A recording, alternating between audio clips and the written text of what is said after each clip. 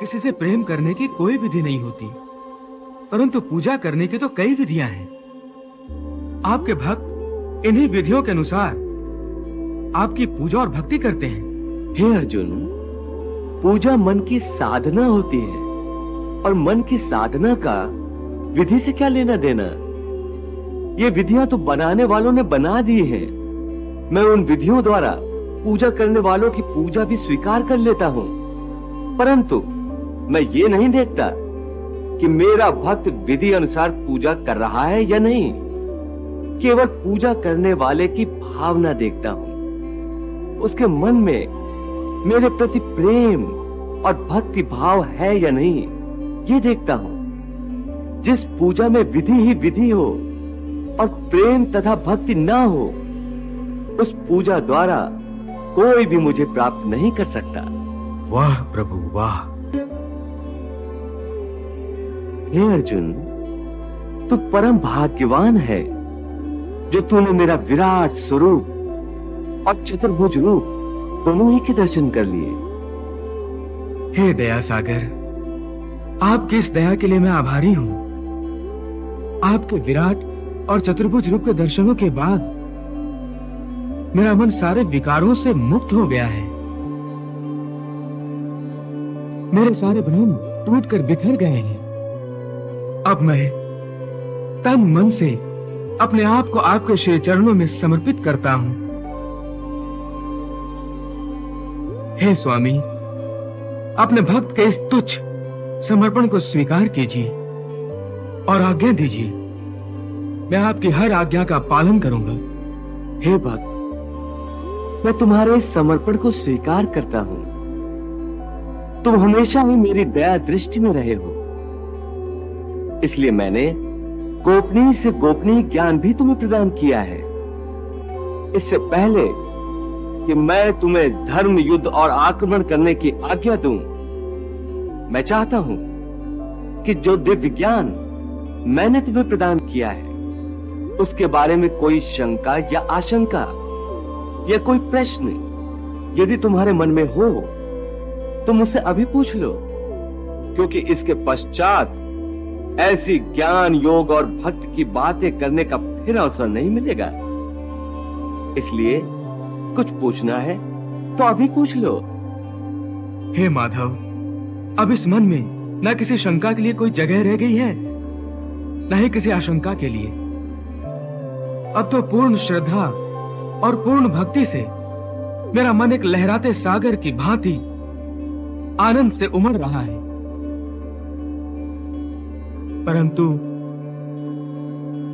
परंतु क्या अर्जुन? प्रभु, केवल कुछ प्रश्न मेरे मन में उठ रहे हैं। तो इसमें संकोच की क्या बात है? जो भी पूछना है पूछो। भगवान, आपने जब मुझे अपना विराट रूप दिखाया तो यह भी तो बताया था कि यह विराट रूप संपूर्ण नहीं है, केवल मेरे समझने के लिए संपूर्ण है।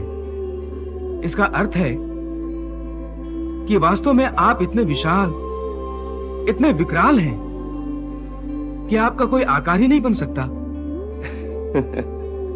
हाँ, यही सत्य है। मैं अनादि हूं, अनंत हूं, सदा से हूं और सदा रहूंगा। संपूर्ण सृष्टियों में ऐसी कोई जगह, कोई स्थान नहीं है जहां मैं नहीं हूं।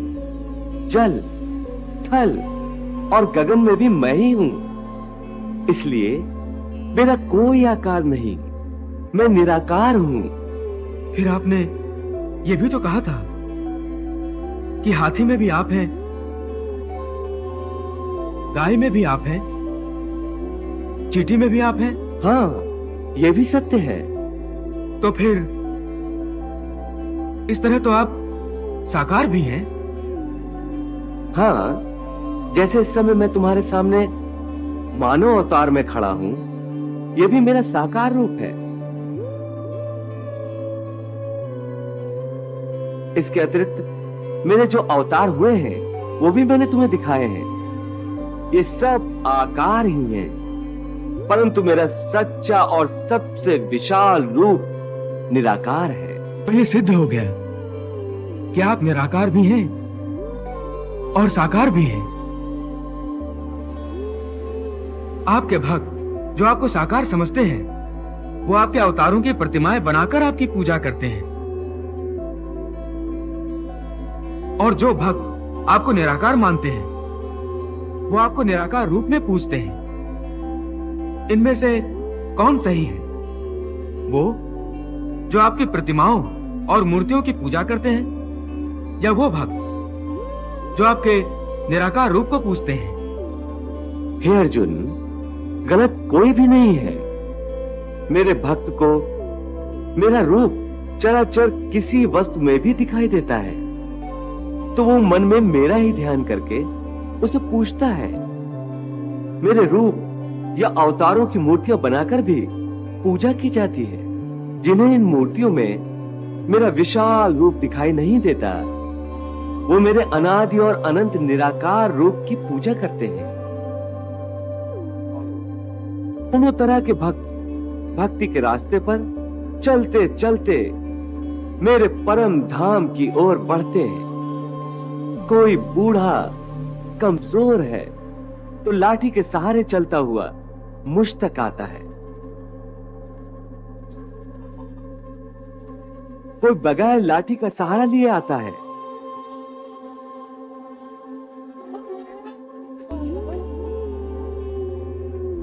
हे अर्जुन, मेरे भक्त बड़े अनोखे और निराले हैं।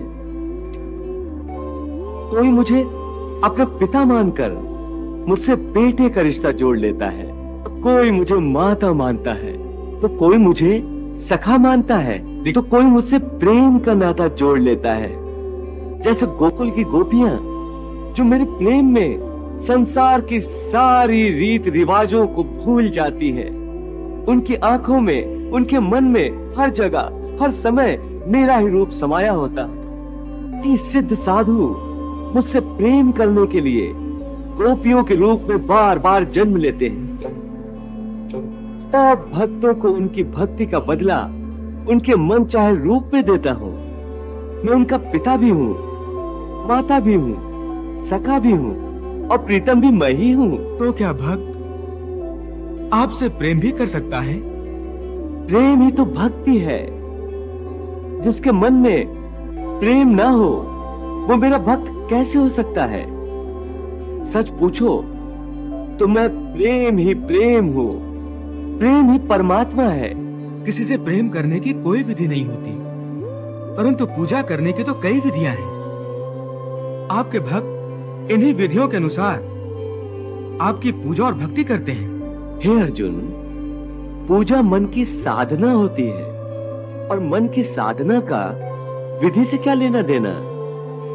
ये विधियां तो बनाने वालों ने बना दी हैं। मैं उन विधियों द्वारा पूजा करने वालों की पूजा भी स्वीकार कर लेता हूं, परंतु मैं ये नहीं देखता कि मेरा भक्त विधि अनुसार पूजा कर रहा है या नहीं। केवल पूजा करने वाले की भावना देखता हूं, उसके मन में मेरे प्रति प्रेम और भक्ति भाव है या नहीं, ये देखता हूं। जिस पूजा में विधि ही विधि हो और प्रेम तथा भक्ति ना हो, उस पूजा द्वारा कोई भी मुझे प्राप्त नहीं कर सकता। वाह प्रभु वाह! मुझे संपूर्ण साधने की एक ही शर्त है, मुझ में मन लगाए, मेरा ध्यान लगाए। इस संबंध में एक विचार और है। आपका ध्यान लगाते समय मन में केवल आप रहें और संसार का कोई विचार बाधा ना डाले। इसका कोई तरीका तो होगा? हाँ, एक आसान तरीका तो है, परंतु वो कोई विधि नहीं है, बल्कि एक गुर है, एक योगिक कला है, जिससे ध्यान लगाने में बड़ी सहायता होती है। वो आसान तरीका, वो योगिक कला क्या है मधुसूदन? सुनो अर्जुन, संसार के झमेलों से बचने के लिए मनुष्य एकांत में बैठकर मन को प्रभु के ध्यान में लगाए, क्योंकि एकांत में मनुष्य अपने भीतर झांक सकता है। परंतु ध्यान लगाने के लिए अपने अंतर में झांकने की क्या आवश्यकता है? हे अर्जुन, तुम भूल रहे हो कि परमात्मा का अंश अर्थात आत्मा मनुष्य के भीतर ही वास करती है। इसी आत्मा से संपर्क ही प्रभु से मिलन का पहला चरण है। इसलिए हे अर्जुन, जो मुझसे मिलन चाहता है उसे सबसे पहले अपने अंतर में ही झांकना चाहिए। और यह तभी संभव हो सकता है जब मनुष्य का अपना शरीर उसके नियंत्रण में हो। यदि देह काबू में ना हो तो मनुष्य को ध्यान लगाने का उद्देश्य नहीं मिल पाएगा। हे योगेश्वर, ध्यान लगाने का अंतिम उद्देश्य क्या है? ध्यान योग का उद्देश्य परमात्मा से संपर्क करना होता है, परंतु इसके प्रथम चरण में मनुष्य को आत्मशुद्धि प्राप्त होती है, स्वच्छता मिलती है और ध्यान लगाने वाले का अंतर निर्मल हो जाता है। हे अर्जुन, जब तक मनुष्य अपने अंतर की शुद्धि नहीं कर लेता, परमात्मा से ना तो संपर्क कर सकता है और ना ही आत्मा परमात्मा में लीन हो सकती है। और यह भी समझ लो कि जब ध्यान लगाने का पहला उद्देश्य, क्योंकि अंतर शुद्धि है, इसलिए वो स्थान भी पवित्र होना चाहिए जहां ध्यान लगाया जाता है। हे अर्जुन, मेरा ध्यान लगाते समय मनुष्य को चाहिए कि वो अचल बैठकर अपनी पीठ, सिर और गले को समान और सीधा रखे और अपनी दृष्टि को अपनी नाक के अगले भाग पर इस तरह जमाए कि दूसरी सारी दिशाएं आंखों से ओझल हो जाएं।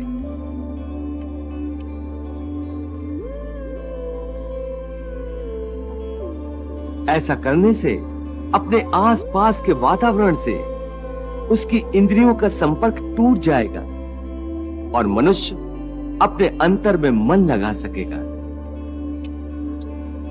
हे पार्थ, समम काय शिरोग्रीवम धार्यन् न चलन स्थिला संप्रेक्ष नासिकाग्रम स्वम दिशश्चान अवलोकयन्। हे मधुसूदन, ये तो बड़ा ही सहज और अच्छा तरीका है। इस ढंग से तो कोई भी मनुष्य आसानी से ध्यान लगा सकेगा। ये ठीक है अर्जुन, परंतु वो मनुष्य मुझ में ध्यान नहीं लगा सकेगा जिसके जीवन में संतुलन ना हो। ध्यान लगाने में सफलता के लिए मनुष्य को संतुलन का पालन करने वाला होना चाहिए।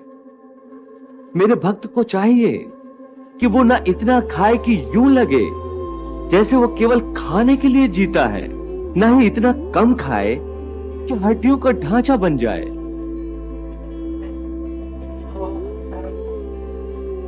न इतना सोए कि दिन को भी रात समझे, न इतना कम सोए कि रात को भी रात न समझे।